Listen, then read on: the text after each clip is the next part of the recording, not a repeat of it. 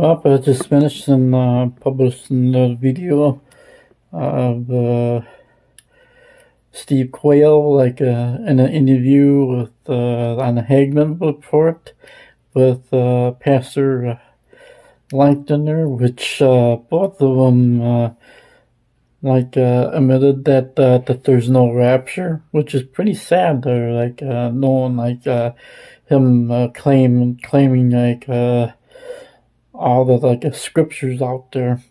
Pretty much sad there, since I'll bring up another issue with Josh at End Times Talk, since out of respect of you claiming that Jesus made just grape juice out of water there, which the Bible does not say that there.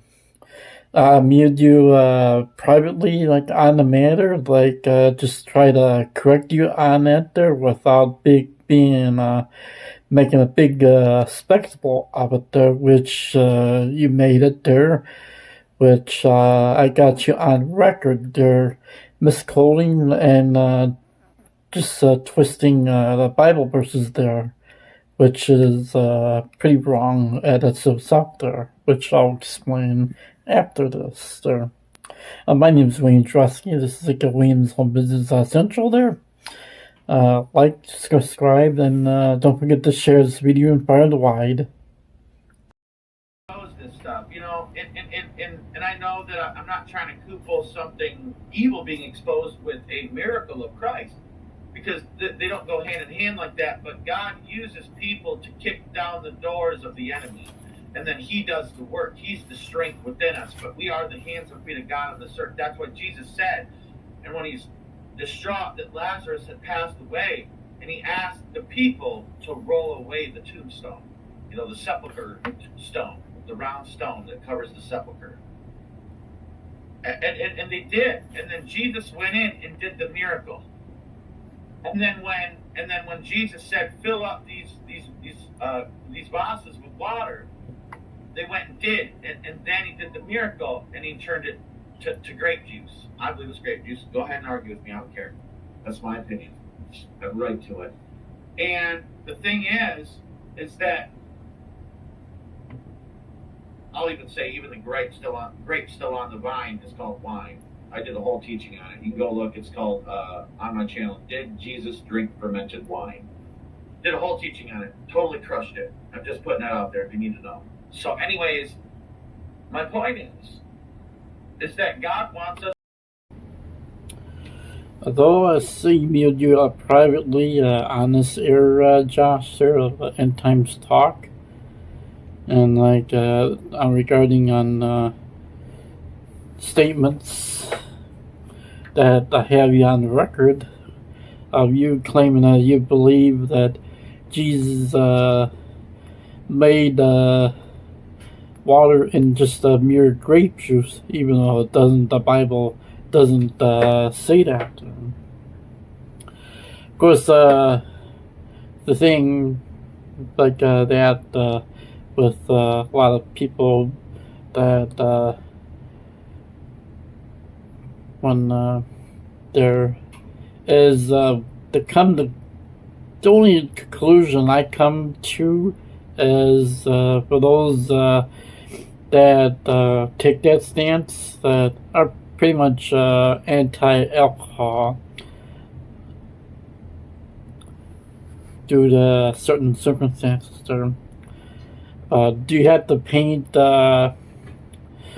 Jesus into something that He's not there, being totally anti-alcohol, or not drinking wine, or just mere making grape juice? Of course, specifically regarding Jesus drinking wine, and what we do see in the Gospels.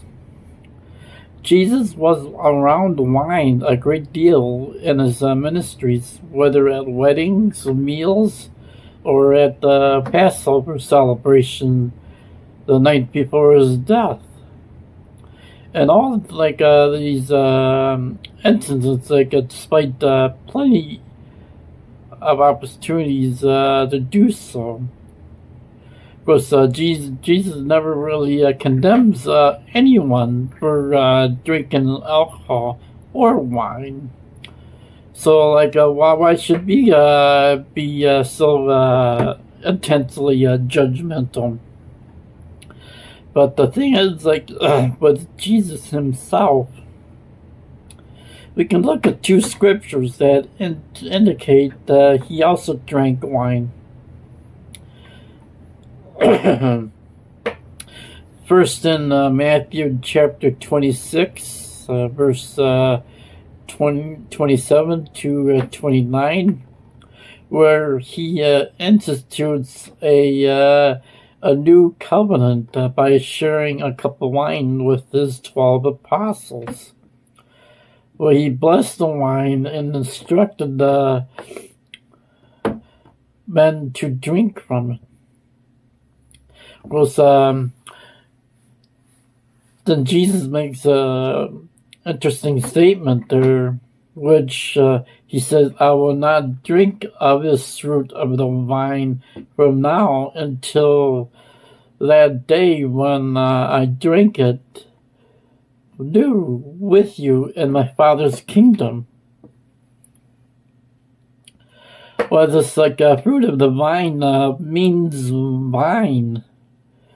The implication that is he drank before, but wouldn't drink it again until his kingdom's fulfillment there.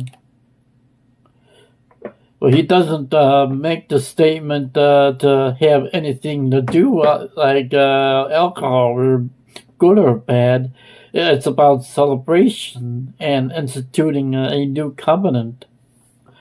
Was with the symbolism there was the wine symbolizes his blood, and the wedding analogy Jesus spoke of at the Last Supper as well. Well, the next Jesus noted that his critics called him a glutton and a wine bibber, another term for being a drunkard, because he came eating and drinking, as is stated in Matthew chapter 11, verse 9, and in Luke chapter 7, verse 34, where he was revealing the critics' hearts, since they attacked him and called him a drunk because they saw him drinking wine with the sinners. However, since Jesus was tempted yet sinless in 1 Peter chapter 2, verse 22, he drank wine, but never took it so far as to get that he got drunk from it. Of course, John makes a great deal about the first ministerial miracle of Jesus, inviting to a wedding, where Jesus shows up with his mother Mary, and a few also with a few of his disciples, and the Jewish wedding of Jesus' day, including the days of celebration, dancing, and drinking wine. And it's not wasn't grape juice like some like to imply. The main thing is with the miracle, his first miracle there. But history also shows us that fermented drinks were also common in most ancient cultures, for one simple reason, that they couldn't really trust the water. The water can contain diseases and bacteria, contaminants, and ancient cultures didn't have the technology or information to how to filter water like we do today. And people routinely died from just drinking bad water. Fermenting a substance such as grape juice kills the bacterium and gives something safe to drink. And Jesus would have had been raised in such a culture. However, it's like a common everyday wine wouldn't have like a high alcohol content. That's not very practical. It's like interesting there with the Bible never really gives a blanket prohibition against alcohol, but states that drunkenness is also like a problem. But some may argue that the Greek word used like here for the wine is enos. Some would argue would just like that just means freshly squeezed grape juice that had not fully fermented there. However, onus is the standard Greek term for wine, and there's no indication from the text that its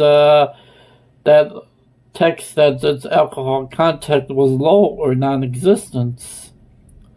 And Jesus provided excellent wine for the occasion there, following the cultural custom. Of course, like as I stated there with Matthew chapter 11, verse 19, and in Luke chapter 7:34, where Jesus says, like, the Son of Man came eating and drinking, and they say, look at him, a glutton and a drunkard, a friend of the tax collectors and the sinners. Also, the term wine bibber was also used here to accuse Jesus. It indicates someone who consumes alcohol, not just grape juice. Of course, like in the book of First Timothy, where the Apostle Paul urges Timothy to no longer drink only water, but use a little wine for the sake of the stomach and your frequent ailments here. Here, wine functions as a medicinal aid for illness, and this aligns with the broader cultural understandings about the wine's health benefits. Of course, it does. So the Bible, throughout the Bible, the wine is seen both a blessing from God, and sometimes that can be abused in excess, as with the book of Psalms, chapter 104 through verses 14 and 15, praises God who makes the grass grow and for the livestock, and provides crops for man to cultivate, bringing forth food from the earth. Wine to gladden the heart of man, but drunkenness is strongly warned against her. So it's just like probably suggest that you probably need to repent and probably remove that video that you had up there, which on your teaching there, just try to prove your kind of stance on being anti-alcohol, and you want to paint Jesus into that same picture when the whole thing is unbiblical there. Just saying there, it's like I'm not doing any kind of getting kind of outburst or angry outburst, or just simply like I stated there that which you were wrong about your statements there. This is like William Drosky, and remind you to check the money tree and share this video far and wide.